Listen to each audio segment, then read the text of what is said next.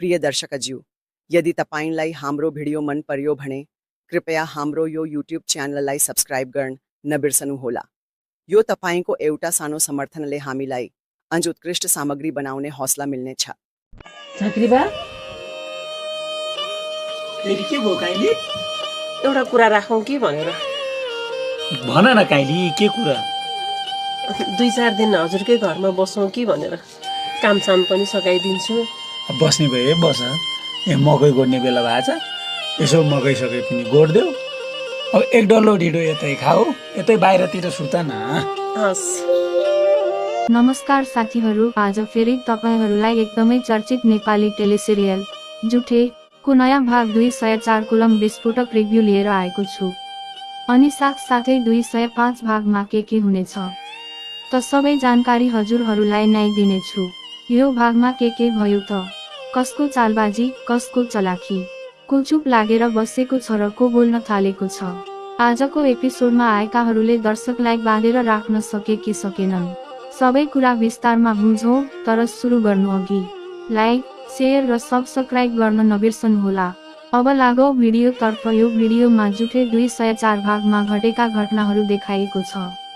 यो भिडियो हेरिसकेपछि हामी कुरा गर्नेछौँ जुठे भाग 205 कुलम। अब हेरौँ है त भिडियो। झाँक्रीबा फेरि के भयो काइली? एउटा कुरा राखौँ कि भनेर। भन न काइली, के कुरा? 2-4 दिन हजुरकै घरमा बसौँ कि भनेर। कामसाम पनि सघाइदिन्छु। बस्ने भए बस। मकै गोड्ने बेला भएको छ, यसो मकै सके पनि गोड्देऊ। अब एक डल्लो ढिँडो यतै खाऊ, यतै बाहिरतिर सुत न। हस्। अहिले फेरि त्यो बज्जा जुठेले यो निर्मललाई हात हालेछ।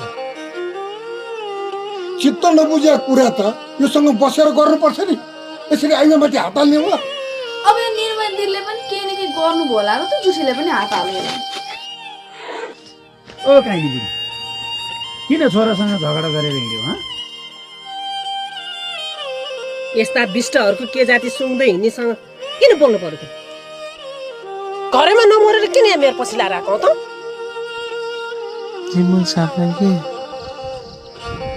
मुनि हानेर छोरी मलाई दिउ बनाउनु मिल्दैन? बरु म खर्च जति लाने भयो यो किडनी नै बेचेर भने पैसा तिर्छु। अनि तपाईँहरूले आफैले झिकेर खाएको भनेर भन्न सक्नु भएन? हामीले भने हो कि आमा। भने भएदेखि तपाईँको बाउहरू आएर यहाँ हप्की र दब्की लाएर अब सबै परिवार सिद्धाइन्छु भनेर जानुभएको छ। भने हो कि नभने मलाई के थाहा। जुनकिरी नानी, एउटा कुरा ध्यान दिएर सुन्नुहोस्। अबदेखि मेरो छोराको पछि पछि लाएर हिँड्ने होइन र मेरो यो घरको आँगनको दैलोमा टेक्ने पनि होइन, बुझ्नुभयो? मेरो छोराले म जुनकिरीसँग बिहा गर्छु भन्यो भने म त 1 हुन्न, 2 हुन्न, 3 हुन्न, हुनै दिन्न। तपाईँहरू खुरुक्क लाएर जान सक्नुहुन्छ, जानुहोस्। मेरो आँगनमा पाइल पनि तेरो जुनकिरी मारानी घरमा आइबसेको थियो। मैले मेरो घरको आँगनमा पाइले पनि टेक्ने होइन भनेर पठाइदिएँ गाली गरेर, बुझिस्? त्यो छोरीलाई टुनामुना गर्न खोज्ने त दुःख नदिकन बस्दै नसक्ने होइन त। लगर टुनामुना, लगर टुनामुना, लगर टुनामुना। बुवा, त्यसमा त अति भएन र। तैँले के पाउँछस् यस्ता पाजीसँग सङ्गत गरेर? दर्शक बिन हजुरहरूले भिडियो त हेर्नु भएको होला है। जिमलले जुठेलाई गरेको व्यवहार देखेर असाध्यै दुःख लाग्यो। अब आउने भाग 205 मा के जुठेसँग माफी माग्लान् त जिमलले? सायद जिमलले जुठेसँग माफी माग्लान्, किनकि जुनेलाई मसान अझै सन्चो भएको छैन। तर जुनेले आफूलाई सन्चो नभएको नाटक गरेर आफ्नो बुबा जिमललाई मकाल मसान हो भनेर तर्साउन दिएर सायद जुठेसँग माफी मगाउने छिन् होला। जुठेले आफ्नो आमालाई गर्ने माया पनि कम हुँदै गइराखेको छ। दर्शक बिन अब आउने आगामी दिनहरूमा के हुनेछ? यदि हजुरहरू पनि जुठे सिरियललाई माया गर्नुहुन्छ भने like, comment, share and subscribe गरिदिनुहोला। अब मिल्ने छौँ नयाँ भिडियोमा। जय नेपाल।